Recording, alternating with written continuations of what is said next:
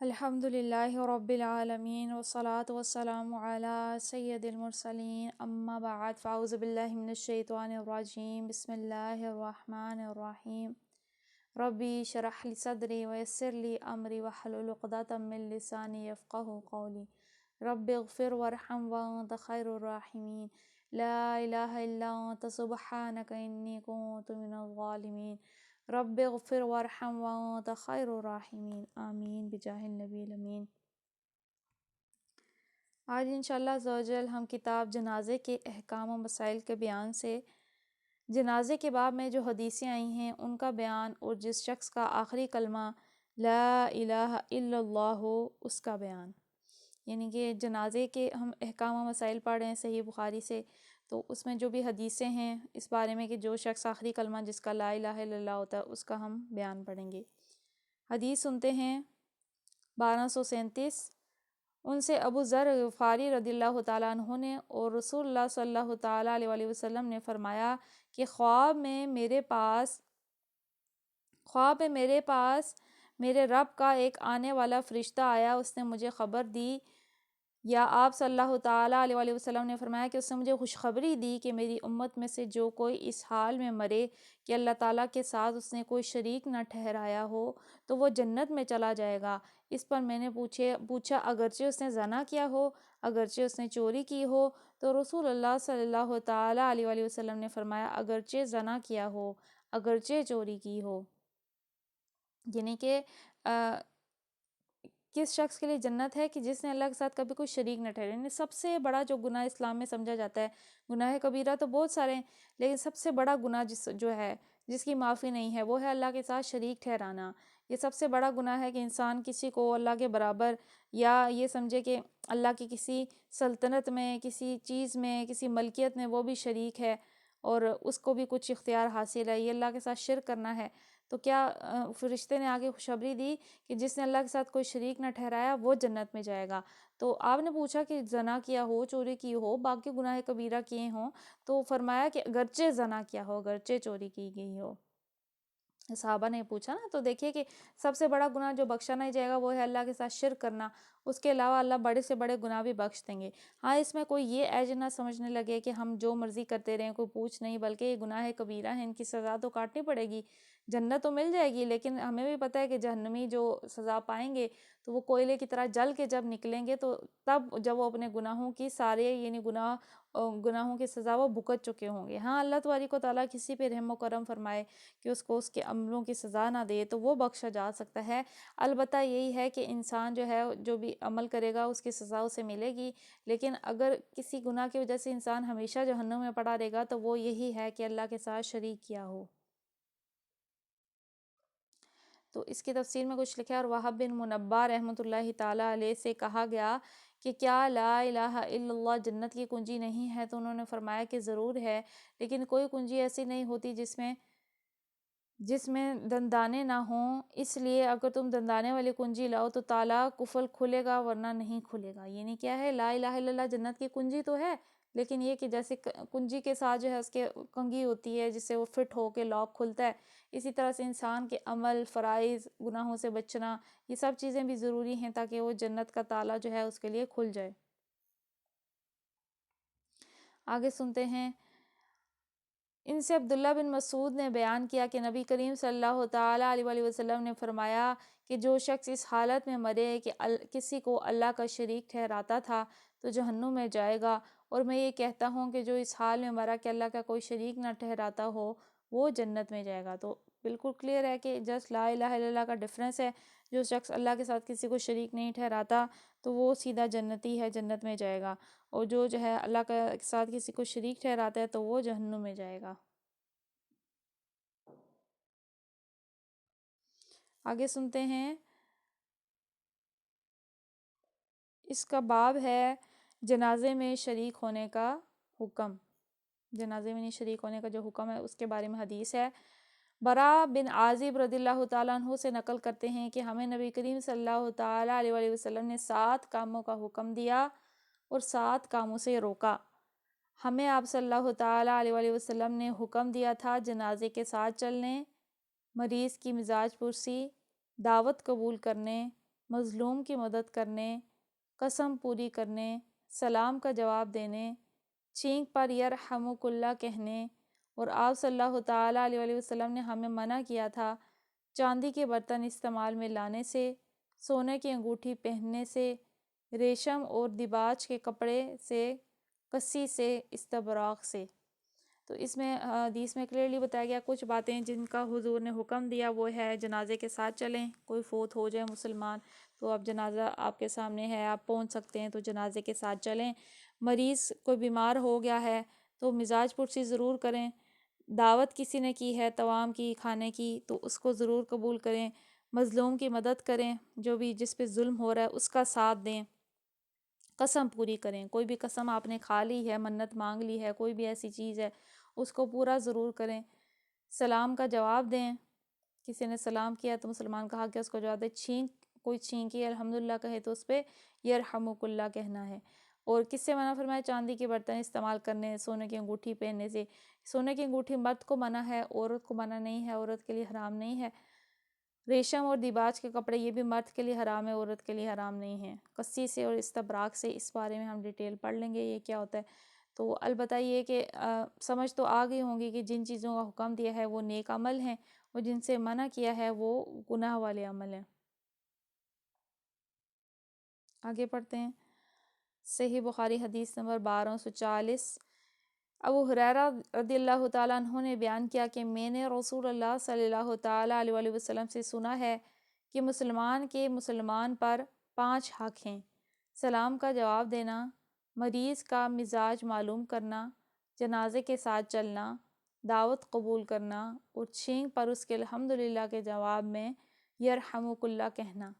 اس روایت کے مطابق ابو عبد الرزاق نے کی ہے، اور آگے اس کے مزید راوی بیان کیے گئے تو وہی ہے، لیکن راوی تبدیل ہیں۔ ظاہر ہے جب حضور کوئی حکم ارشاد فرماتے تھے، کوئی حدیث بیان فرماتے تھے تو بہت سارے صحابہ سن رہے ہوتے تھے، تو پچھلے حدیث کے راوی کون تھے؟ پچھلے حدیث کے راوی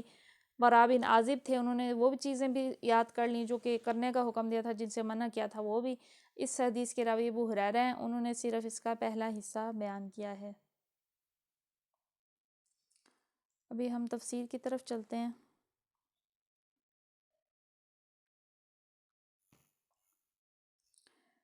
آج ہم نے آیت نمبر 19 سے پڑھنا ہے۔ اعوذ باللہ من الشیطان الرجیم، بسم اللہ الرحمن الرحیم، یا ایہا الذین آمنوا لا یحل لکم ان ترثوا النساء کرہا ولا تعضلوہن لتذہبوا ببعض ما آتیتموہن إلا أن يأتين بفاحشة مبينة وعاشروهن بالمعروف فإن كرهتموهن فعسى أن تكرهوا شيئا ويجعل الله فيه خيرا كثيرا۔ یا ایہا الذین آمنوا، اے وہ لوگ جو ایمان لائے ہو، لا یحل لکم، حلال نہیں تمہارے لیے، ان ترثوا، کہ وارث بن جاؤ، النساء، عورتوں کے، کرہن، زبردستی سے، ولا تعضلوہن، اور انہیں روکے رکھو، لتذہبوا ببعض ما آتیتموہن، کہ لے لو کچھ جو ان کو دیا ہو، الا ان یأتین بفاحشہ، مگر یہ کہ مرتکب ہوں بے حیائی کی، مبینہ، کھلی ہوئی، وعاشروہن، اور ان سے گزران کرو، بالمعروف، دستور کے مطابق، فَإِن كَرِهْتُمُوهُنَّ، وہ ناپسند ہوں، پھر اگر وہ ناپسند ہوں، فَعَسَىٰ أَن تَكْرَهُوا، کہ تم کو ناپسند ہو، شَيْئًا، ایک چیز، وَيَجْعَلَ اللَّهُ فِيهِ خَيْرًا، اور رکھے اللہ اس میں بہت خیر، بھلائی، کثیرہ، بہت زیادہ۔ اے لوگو جو ایمان لائے ہو، تمہارے لیے یہ حلال نہیں ہے کہ زبردستی عورتوں کے وارث بن بیٹھو، اور نہ یہ حلال ہے کہ انہیں تنگ کر کے اس مہر کا کچھ حصہ اڑا لینے کی کوشش کرو کہ جو تم انہیں دے چکے ہو، حالانکہ اگر وہ کسی صریح بدچلنی کی مرتکب ہوں تو ضرور تمہیں تنگ کرنے کا حق ہے۔ ان کے ساتھ بھلے طریقے سے زندگی بسر کرو، اگر وہ تمہیں ناپسند ہوں تو ہو سکتا ہے ایک چیز تمہیں پسند نہ ہو مگر اللہ تعالیٰ نے اس میں بہت کچھ بھلائی رکھ دی ہو۔ تو اب عورتوں کے احکام یہاں سے شروع ہو رہے ہیں، کیونکہ وراثت کے ہم نے احکام پڑھیں، وارث کیا کیا چیزیں ہیں۔ تو اب جیسے اس آیت میں بتایا گیا کہ حلال نہیں ہے کہ عورتوں کے وارث بن جائیں، یعنی عورتوں کو بھی کوئی جائیداد کی چیز سمجھو کہ بس اس کا تو کوئی آگے پیچھے ہے نہیں، تو یہ اب میری جائیداد ہو گئی، میری ملکیت ہو گئی،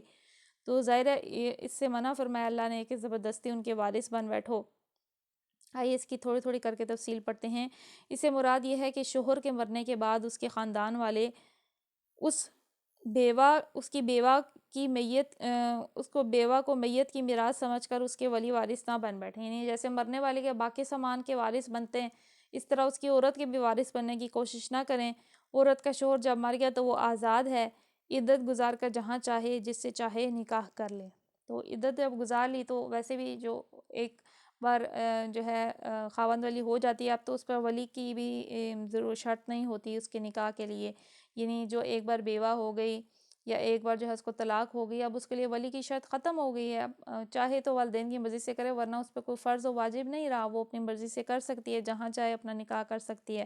تو عورت کا زبردستی کوئی وارث بن جائے، زبردستی جو ہے اپنے قبضے میں لینے کی کوشش کرے تو اس کی اسلام بالکل اجازت نہیں دیتا۔ وہ آزاد ہے، اپنی زندگی جہاں گزارنا چاہے جس کے ساتھ گزارنا چاہے، جسٹ عدت کی کنڈیشن ہے کیونکہ شوہر کے مرنے پر 4 ماہ 10 دن کی عدت ہوتی ہے اور طلاق کی عدت جو ہے فرق ہے مختلف مسائل پہ، کہیں پہ 3 ماہ کہیں پہ 1 ماہ،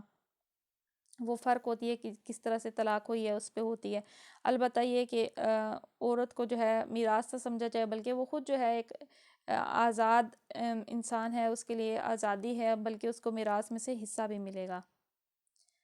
اور پھر آگے کیا اللہ تعالیٰ فرما رہا ہے، اور نہ یہ حلال ہے کہ انہیں تنگ کر کے اس مہر کا کچھ حصہ اڑا لینے کی کوشش کرو جو تم انہیں دے چکے ہو۔ اب یہ کہ عورت کو ظاہر ہے کہ مہر حق مہر کچھ نہ کچھ دیا ہوتا ہے، کچھ پہلے دیا ہوتا ہے، کچھ مرنے پہ ملنا ہوتا ہے، تو اب یہ کہ یہ بھی حلال نہیں ہے کہ اب اس ٹائم کوشش کی جائے کہ جو ان کو دیا تھا وہ واپس لے لیں، ایسا بالکل بھی جائز نہیں ہے، بالکل بھی حلال نہیں ہے۔ ہاں اللہ تعالیٰ کیا فرما رہے ہیں، اگر وہ کسی صریح بدچلنی کی مرتکب یعنی بہت وہ بدچلن ہوں، بہت بد کردار ہوں، کوئی زانی ہوں، کوئی اس طرح کے گناہ میں مبتلا تو ضرور تمہیں تنگ کرنے کا حق ہے، مال اڑا لینے کے لیے نہیں بلکہ بدچلنی کی سزا دینے کے لیے۔ تو بدچلنی کی سزا ہم نے کل کچھ پڑھا تھا، ہم نے زنا کے کچھ احکام پڑھے تھے کل، اور آج بھی ہم جو ہے اس حوالے سے پڑھ رہے ہیں کہ اگر وہ یہ عمل کریں گی تو اس صورت میں جو ہے کہ مال ان کے حوالے نہ کیا جائے بلکہ ان کو مال نہ لے لیا جائے بلکہ ان کو بدچلنی کی سزا دی جائے۔ جس طرح سے جو ہے یہ حکم جو منسوخ تھے اس کے مطابق تو نہیں دی جائے گی، جو بھی لیٹسٹ ابھی حکم ہے اس کے مطابق جو ہم نے پڑھا تھا کہ سورہ نور میں آئے گا اس کے مطابق ان کو سزا ملے گی۔ ان کے ساتھ بھلے طریقے سے زندگی بسر کرو، اگر وہ تمہیں ناپسند ہوں تو ہو سکتا ہے ایک چیز تمہیں پسند نہ ہو مگر اللہ نے اس میں بہت بھلائی رکھ دی ہو۔ اب دیکھیے کہ یہ سب لوگوں کے لیے اس میں نصیحت ہے کہ عورتوں کے ساتھ بھلے طریقے سے زندگی بسر کی جائے، اچھے طریقے سے، اگرچہ ناپسند ہوں۔ آج کل یہی لوگ کہتے ہیں کہ ہمیں پسند نہیں ہے، ہماری پسند سے نہیں ہوئی تو ہم کیوں اس کے ساتھ اچھا برتاؤ رکھیں، یہ تو ہم پہ زبردستی تھوپ دی گئی، اس طرح سے کئی لوگ کرتے ہیں۔ تو اللہ تبارک و تعالیٰ یہاں پہ کیا نصیحت کریں کہ بھلے طریقے سے ان کے ساتھ زندگی بسر کرو، اگرچہ وہ ناپسند ہوں تو ہو سکتا ہے کہ ایک چیز تمہیں ناپسند ہو لیکن اللہ نے اس میں بہت بھلائی رکھ دی ہو سکتا ہے کہ نہیں ان کی ایک خوبی کوئی ایک عادت بری لگتی ہو تمہیں، لیکن اللہ نے ان میں کئی ساری ایسی خوبیاں رکھ دی ہوں جو تمہیں جو ہے پسند ہو، جن میں بہت بھلائی ہو۔ یعنی اگر وہ عورت خوبصورت نہ ہو یا اس میں کوئی ایسا نقص ہو جس کی بنا پر شوہر کو پسند نہ آئے تو یہ مناسب نہیں کہ شوہر فوراً دل برداشتہ ہو کر اسے چھوڑ دینے پر آمادہ ہو جائے، حتی الامکان اسے صبر و تحمل سے کام لینا چاہیے۔ ظاہر ہے اب ہر ایک عورت اللہ تعالیٰ نے ہر ایک کو مختلف شکل و صورت دی ہے،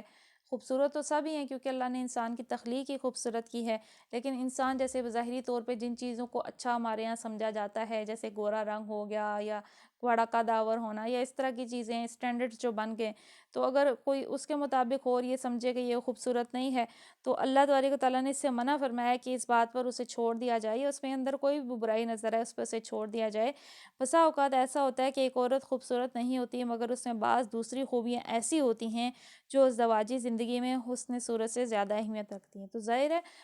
کیونکہ زندگی گزارنے کے لیے خوبصورتی نہیں چاہیے ہوتی، خوب سیرت بھی چاہیے ہوتی ہے، اچھی سیرت، اچھا کردار چاہیے ہوتا ہے، صبر و تحمل چاہیے ہوتا ہے۔ تو ہو سکتا ہے کہ وہ شکل و صورت سے تو خوبصورت نہیں ہے، لیکن وہ ایک بیوی بننے کی ان میں تمام خوبیاں موجود ہیں، وہ ایک اچھی ماں بن سکتی ہیں، اچھی طرح سے گھر کو سنبھال سکتی ہیں۔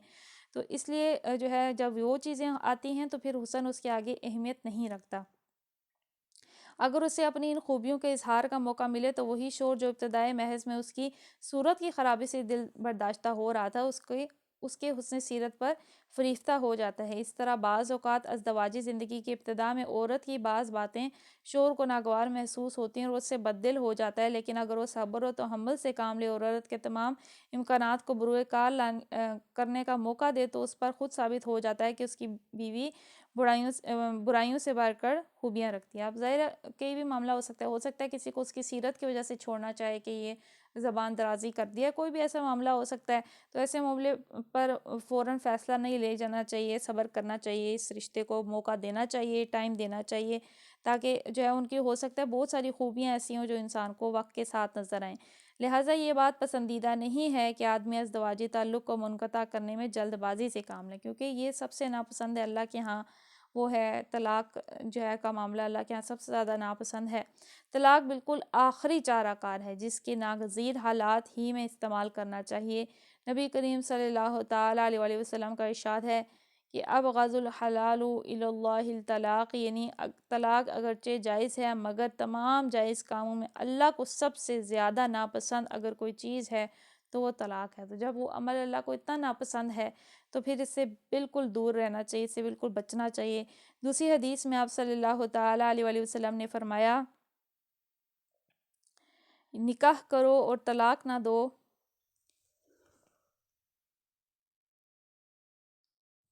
اچھا، اللہ تبارک و تعالیٰ کیا فرماتا ہے؟ نکاح کرو اور طلاق نہ دو، کیونکہ اللہ ایسے مردوں اور عورتوں کو پسند نہیں کرتا جو بھونڈرے کی طرح پھول پھول کا مزہ چکھتے ہیں۔ ظاہر ہے جو حلال طریقے سے نکاح نہیں کرے گا تو وہ پھر کسی نہ کسی حرام میں پڑے گا، یا یہ کہ جو بار بار شادی کرتا ہے، ایک کو طلاق دیتا ہے، پھر دوسرے سے کرتا ہے، پھر اس کو طلاق دیتا ہے۔ تو کیا فرمایا جا رہا ہے کہ اللہ ایسے مرد و عورتوں کو پسند نہیں کرتا کہ جو بھونڈرے کی طرح پھول پھول کا مزہ چکھتے ہیں، یعنی کہ جو چاہتے ہیں کہ آج ایک تو کل دوسرا تو پرسوں تیسرا، تو اللہ ایسے لوگوں کو بالکل بھی پسند نہیں کرتا، اس لیے اس عمل سے بچنا چاہیے۔ اگلی آیت پڑھتے ہیں، آیت نمبر 20۔ وَإِنْ أَرَدْتُمُ اسْتِبْدَالَ زَوْجٍ مَّكَانَ زَوْجٍ وَآتَيْتُمْ إِحْدَاهُنَّ قِنطَارًا فَلَا تَأْخُذُوا مِنْهُ شَيْئًا أَتَأْخُذُونَهُ بُهْتَانًا وَإِثْمًا مُّبِينًا۔ وَإِنْ أَرَدْتُمُ اسْتِبْدَالَ، اور اگر تم چاہو بدل لینا، زوج ایک بیوی، مکانن جگہ، زوجن دوسری بیوی، وآتیتم اور تم نے دیا ہے، احداہن ان میں سے ایک کو، قنطار خزانہ، فلا تأخذوا تو نہ واپس لو، منہ اس سے، شیئن کچھ، اتأخذونہ اور کیا تم وہ لیتے ہو، بہتان و اسم مبینہ اور گناہ صریح۔ اور اگر تم ایک بیوی کی جگہ دوسری بیوی لے آنے کا ارادہ ہی کر لو تو خواہ تم نے اسے ڈھیر سا مال ہی کیوں نہ دیا ہو، اس میں سے کچھ واپس نہ لینا۔ کیا تم اسے بہتان لگا کر اور صریح ظلم کر کے واپس لوگے؟ اب کیا ہے کہ بعض لوگ جو ہے ایک عورت سے کر لیا، اب اس کو بہت سارا مال بھی دے چکے ہیں، اب ان کو جو ہے چاہیے کہ کوئی اور ہم لے آئیں، اور اب وہ کیا کریں گے کہ اس پہ جان بوجھ کے کوئی نہ کوئی بہتان لگائیں گے، کوئی الزام لگائیں گے، تاکہ جو ہم نے مال اسے دیا تھا وہ اسے چھین لیں، وہ اسے واپس لے لیں، اس کو بد کردار ہم ثابت کر دیں، اور جو اس طریقے سے ہم اس سے مال واپس لے لیں کہ بھائی ہمارے ساتھ تو دھوکہ ہو گیا ہے۔ تو اللہ تبارک و تعالیٰ نے اس چیز کو سختی سے منع فرمایا ہے۔ اس کو کیا فرمایا ہے کہ یہ تو اسم مبینہ ہے، یہ تو بہت گناہ جو ہے بہت بڑا گناہ ہے، یعنی کیا تم ان پہ کوئی بہتان لگاؤ گے، کوئی ایسا کام کرو گے کہ جو ہے تم ان پہ الزام لگا کے ان سے مال واپس لو۔ تو اس چیز سے سختی سے منع فرمایا ہے۔ وَكَيْفَ تَأْخُذُونَهُ وَقَدْ أَفْضَىٰ بَعْضُكُمْ إِلَىٰ بَعْضٍ وَأَخَذْنَا مِنكُم مِّيثَاقًا غَلِيظًا۔ وَكَيْفَ تَأْخُذُونَهُ اور کیسے تم لوگ یہ وقد افضا اور البتہ پہنچ چکا بعدکم تم میں ایک الی بعد دوسرے تک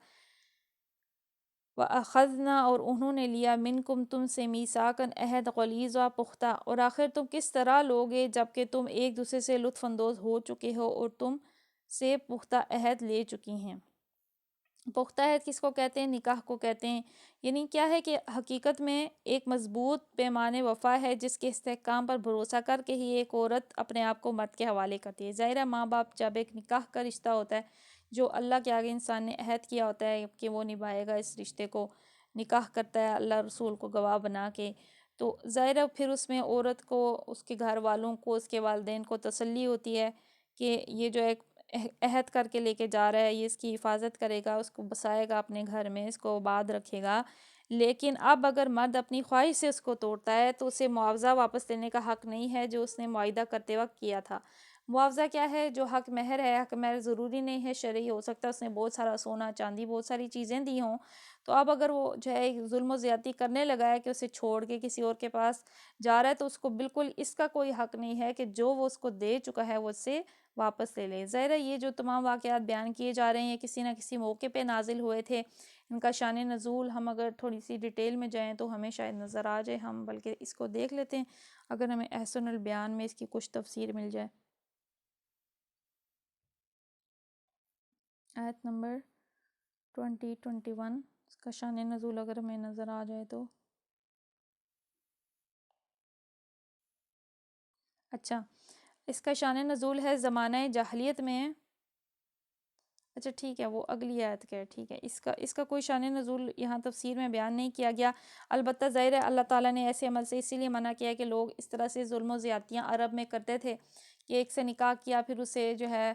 طلاق دے دی، سارا مال واپس لے لیا، پھر کسی اور سے نکاح کر لیا تو مال واپس دینے کی اجازت یعنی منع ہو گیا۔ اب ظاہر ہے اگر کسی نے کافی سارا مال دیا ہے اگر وہ بیوی کو چھوڑے گا تو اس میں اس کا اپنا نقصان ہے، تو اس لیے اللہ تعالیٰ نے قرآن اسلام جہاں بھی تعلیم دیتا ہے طلاق سے اور اس چیز سے سخت ڈسکریج کرتا ہے، جیسے کہ ابھی ہم نے پڑھا کہ جائز چیزوں میں اللہ کو سخت ناپسند جو چیز ہے وہ طلاق ہے، اس سے بچنا چاہیے۔ پھر ہم نے یہ بھی پڑھا کہ اگر کسی میں کوئی برائی بھی ہے تو اللہ بار بار یہی حکم فرما رہے ہیں کہ اگر اس میں کوئی برائی بھی ہے تو تم صبر کرو، حوصلہ رکھو، ہو سکتا ہے کہ ایک چیز میں اللہ نے تمہارے لیے بہت بہتری ہے، جیسے کہ ہم نے پیچھے پڑھا کہ اللہ تعالیٰ کیا فرما رہے ہیں کہ ممکن ہے کہ ایک چیز تمہیں ناپسند ہو لیکن اللہ نے اس میں بہت بھلائی رکھ دی، یعنی ممکن ہے کہ ان میں اللہ تعالیٰ نے بہت خیر رکھ دی ہو، ان کا کوئی معاملہ بہت بہترین ہو سکتا ہے وہ اولاد کی تربیت بہت اچھی کر لیتی ہوں، ہو سکتا ہے وہ کوئی عمل ایسا ہو، کھانا بہت اچھا بنا لیتی ہوں، ہو سکتا ہے وہ کوئی عمل ایسا کر لیتی ہوں، وہ ایک زندگی کے طور پہ ایک بہترین ساتھی بہت اچھا ہوں، تو اس لیے ان خوبیوں کو پیش نظر رکھتے ہوئے انسان کو اس عمل سے بچنا چاہیے کہ انہیں وہ کسی قسم کی ایذا پہنچائے۔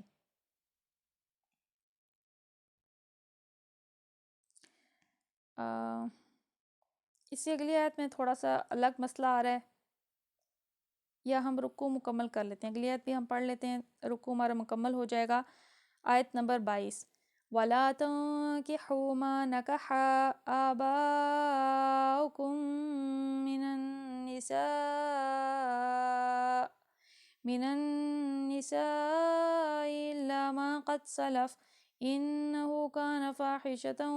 وَمَقْتًا وَسَاءَ سَبِيلًا۔ وَلَا تَنكِحُوا اور نہ نکاح کرو، مَا نَكَحَ جس سے نکاح کیا، آباؤکم تمہارے باپ میں سے، تمہارے باپ نے، من نسائکم عورتوں میں سے، الا ما قد سلف مگر جو گزر چکا، انہو کانا فاحشہ بے شک وہ تھا بے حیائی، ومقتن اور غضب کی بات، وساء سبیلا اور برا راستہ۔ اور جن عورتوں سے نکاح اور ان عورتوں سے نکاح نہ کرو جن سے تمہارے باپوں نے نکاح کیا ہے مگر جو گزر چکا وہ بے حیائی کا کام ہے، در حقیقت یہ ایک بے حیائی کا فعل ہے،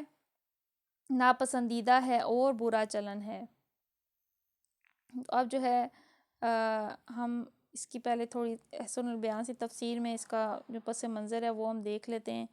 وہ یہ ہے کہ زمانہ جاہلیت میں سوتیلے بیٹے اپنے باپ کی بیوی سے یعنی سوتیلی ماں سے نکاح کر لیتے تھے، اس سے روکا جا رہا ہے کہ یہ بہت بے حیائی کا کام ہے۔ اسلام ایسی عورت سے نکاح کو ممنوع قرار دیتا ہے جس سے اس کے باپ نے نکاح کیا ہو لیکن دخول سے قبل ہی طلاق دے دی ہو، حضرت ابن عباس سے بھی یہ بات مروی ہے اور علماء بھی اس کے قائل ہیں، تو تب اجازت ہوتی ہے۔ تو کیا ہے کہ آپ کوئی شخص ہے، کوئی بھی آپ کے باپوں میں سے کسی نے، باپوں سے مراد صرف باپ ہی نہیں ہوتا، باپ دادا، اس سے اوپر آپ جتنا جاتے جائیں، تو نیچے کسی کو بھی، پوتے کو، کسی کو بھی اجازت نہیں ہے کہ جس عورت سے اس کے باپوں نے کی ہو، یعنی باپ نے، دادا نے، نانا نے، جو اوپر کے رشتے ہیں ان میں سے کسی نے بھی کی ہو تو اس عورت سے وہ نکاح کرے، اس کی بالکل بھی اجازت نہیں ہے، یہ بے حیائی کا کام ہے، اس سے اسلام نے منع فرمایا ہے۔ تمدنی اور معاشرتی مسائل میں جاہلیت کے غلط طریقوں کو حرام قرار دیتے ہوئے بالعموم قرآن مجید میں یہ بات ضرور فرمائی جاتی ہے کہ جو ہو چکا سو ہو چکا۔ آپ دیکھیے کہ اس میں یہ فرمایا گیا کہ جو ہو چکا، مگر جو پہلے ہو چکا، یعنی جب اسلام کی تعلیم نہیں آئی تھی، اگر کسی نے ایسے اپنی کسی سوتیلی ماں سے، باپ کے طلاق اس کو ہو گئی، اس سے شادی کر لی، یا کسی ایسے اوپر مطلب کسی باپ کی کسی بیوی سے کر لی کسی نے غلط، جاہلیت میں جب اسلام کی ان کو تعلیم نہیں تھی، تو اسلام اس بارے میں یہی فرماتا ہے کہ جو ہو چکا سو ہو چکا، یعنی جو تم نے پہلے کر لیا، اب تو تم اسلام لے آئے ہو، وہ ہو چکا۔ اس کے دو مطلب ہیں، ایک یہ کہ بے علمی اور نادانی کے زمانے میں جو غلطیاں تم لوگ کرتے ہو اس پر گرفت نہیں کی جائے گی، بشرطے کہ اب حکم آ جانے کے بعد اپنے طرز عمل کی اصلاح کر لو اور جو غلط کام ہے انہیں چھوڑ دو۔ دوسرا یہ کہ زمانہ سابق کے کسی طریقے کو اب اگر حرام ٹھہرایا گیا ہے تو اس سے یہ نتیجہ نکالنا صحیح نہیں ہے کہ پچھلے قانون یا رسم و رواج کے مطابق جو کام کیے جا چکے ہیں ان کا کالعدم اور ان سے پیدا شدہ نتائج کو ناجائز اور عائد شدہ ذمہ داریوں کو لازماً ساقط بھی کیا جا رہا ہے۔ مثلاً اگر سوتیلی ماں سے نکاح کو آج حرام کیا گیا تو اس کے معنی یہ نہیں ہے کہ اب تک جتنے لوگوں نے ایسے نکاح کیے ان کی اولاد حرامی قرار دی جا رہی ہے اور اپنے باپوں کے مال میں ان کا حق وراثت ساقط کیا جا رہا ہے، ایسا نہیں ہے۔ انہوں نے زمانہ جاہلیت میں اگر کوئی عمل کیا ہے تو ان کی اولاد جو اس کے نتیجے میں ہوئی ہے وہ ناجائز نہیں ہے، اس ٹائم تو ان کو علم نہیں تھا۔ اسلام نے اس بارے میں یہ قانون دیا ہے کہ جو ہو چکا سو ہو چکا ہے، تو وہ اولاد ان کی جائز ہے، ان کی اپنی ہی ہے، اس کو وراثت میں سے حصہ بھی ملے گا۔ اسی طرح اگر اولین دین میں کسی طریقے کو حرام کیا گیا ہے تو اس کا مطلب یہ نہیں ہے کہ پہلے جتنے معاملات اس طریقے پر ہوئے ہیں انہیں بھی کالعدم ٹھہرا دیا جائے، اب وہ سب دولت جو کسی طریقے سے اس طریقے سے کسی نے کمائی ہو اسے واپس لی جائے گی یا مال حرام ٹھہرائی جائے گی۔ فار ایگزامپل اگر اس شراب کی حرمت سے پہلے کوئی شراب بیچتا تھا تو اب جو ہو چکا سو ہو چکا، جتنا وہ شراب سے اس نے جائیداد بنا لی، کھا پی لیا، تو وہ اس کو معافی ہے، لیکن جب حکم آ گیا تو اب اس کے بعد جو عمل کرے گا وہ اگر وہ وہی عمل کنٹینیو رکھتا ہے تو اب وہ سزا کا حقدار ہے۔ تو یہ اسلامی قانون ہے۔ کوئی اسلام آج بھی لاتا ہے تو اس سے پہلے وہ جو مرضی کرتا رہا ہو، اب اسلام لانے کے بعد اس کا عمل نامہ بالکل کلیئر ہو جائے گا، اب وہ نئے سرے سے عمل شروع کرے اور جن چیزوں سے اللہ نے منع فرمایا ہے ان چیزوں سے وہ بچے۔ آگے فرمایا کہ در حقیقت یہ ایک بے حیائی کا فعل ہے، ناپسندیدہ ہے، برا چلن ہے۔ اسلامی قانون میں یہ فعل فوجداری جرم ہے اور قابل دست اندازی پولیس ہے۔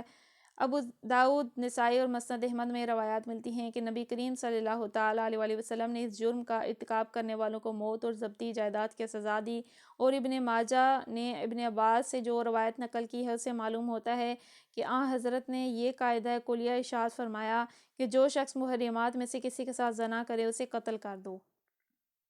تو جتنے راوی اوپر بیان کیے گئے ہیں اس کے مطابق جو ہو چکا سو ہو چکا۔ اب اگر کوئی کرتا ہے کسی محرم، اپنے کسی محرم کے ساتھ جو ہے زنا کرتا ہے، محرم میں جو محرم رشتے ہیں وہ اگلی آیت میں اب ڈیٹیل میں آ رہے ہیں، جو بھی مائیں بہنیں ہو گئیں، ساسیں ہو گئیں، جو بھی محرم رشتے ہیں جو ان کے ساتھ کرے گا اسے قتل کر دیا جائے۔ فقہاء کے درمیان اس مسئلے میں اختلاف ہے۔ امام احمد تو اسی بات کے قائل ہیں کہ ایسے شخص کو قتل کیا جائے، اس کا مال ضبط کر لیا جائے۔ امام ابو حنیفہ، امام مالک، امام شافعی کی رائے ہے کہ اگر اس نے محرمات میں سے کسی کے ساتھ زنا کیا ہو تو اس پر حد زنا جاری ہوگی، اگر نکاح کیا ہو تو اسے سخت عبرتناک سزا دی جائے گی۔ تو انہوں نے جو ہے یہ روایت نقل کی ہے جو حدیث میں تھی کہ جو محرمات میں سے زنا کرے اسے قتل کرو، جبکہ باقی فقہاء اختلاف کرتے ہیں کہ اس پہ زنا کی حد قائم ہوگی۔ اگر وہ شادی شدہ نہیں ہے جس نے ایسا عمل کیا 100 کوڑے لگیں گے، شادی شدہ ہے تو پھر اس کو رجم کیا جائے گا، تو وہ قاعدہ بھی ہم آگے پڑھیں گے جب سورہ نور میں آئے گا۔ تو البتہ اس بارے میں یہی ہے کہ جو اس نے کیا تھا وہ سخت بے حیائی کا عمل تھا، برا عمل تھا، اگر کسی نے اس طرح سے زمانہ جاہلیت میں کسی محرم کے ساتھ نکاح کیا تھا تو اب جو حرام کی گئی ہیں، جو حرام ہے وہ انشاءاللہ عز و جل کل سے ہم نے جو پڑھنا ہے اس میں آئیں گی۔ تو اللہ سے دعا کرتے ہیں ہم نے آج جو بھی پڑھا تفسیر میں اسے ہمیں سمجھنے یاد رکھنے کی توفیق عطا فرمائے۔ اس میں ہماری کوئی غلطیاں کوتاہیاں ہو گئی ہیں تو اللہ تبارک و تعالیٰ اسے درگزر فرمائے، ہمارے علم و عمل میں اضافہ فرمائے اور ہمارے گناہوں سے درگزر فرمائے۔ آمین بجاہ النبی الامین صلی اللہ تعالیٰ علیہ وآلہ وسلم۔ سبحانک اللہم و بحمدک لا الہ الا انت استغفرک و اتوب الیک استغفرک و اتوب الیک استغفرک و اتوب الیک بسم اللہ الرحمن الرحیم وصلی اللہ علی محمد صلی اللہ تعالی علیہ وآلہ وسلم۔ السلام علیکم ورحمۃ اللہ وبرکاتہ۔